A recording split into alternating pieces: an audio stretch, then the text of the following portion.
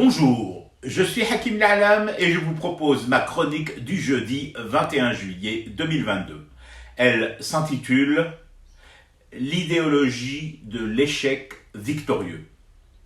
Je mets en parallèle deux faits volontairement parce qu'à mes yeux, les deux correspondent en syncrétisme parfait à un concept que j'appelle l'idéologie de l'échec victorieux. Oui, une doctrine qui a eu plus de 20 années pour s'inscrire et s'installer dans nos cités et mentalités.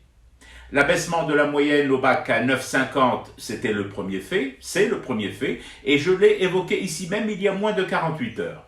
Le deuxième fait est d'ordre sportif, le retour en désédie de l'équipe nationale masculine de handball.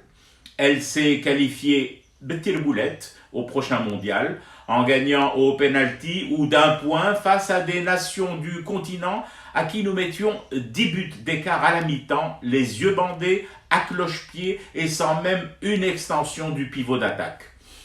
On peut bien évidemment se dire qu'au final de cette Coupe d'Afrique, le 7 national a quand même composté son billet pour le mondial. On peut se le dire.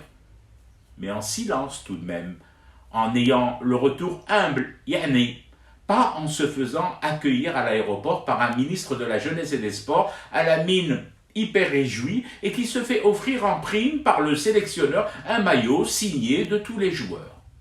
J'ai trouvé ce moment de glorification quelque peu déplacé, voire un brin indécent.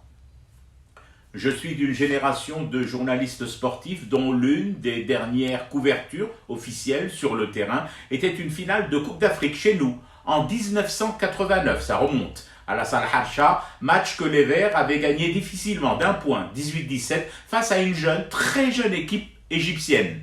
Je me souviens très bien de la retenue de Aziz Derouez, coach de l'équipe à cette époque, et que j'interrogeais à l'issue de cette finale. Content, mais conscient que le jeu n'y était pas, que des choses avaient cloché.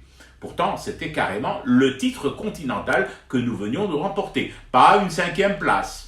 Mais c'est Aziz. Des entraîneurs et techniciens comme Aziz Derouez, la comète Halley n'en produit que tous les... Mais passons, ce n'est pas le sujet, quoique.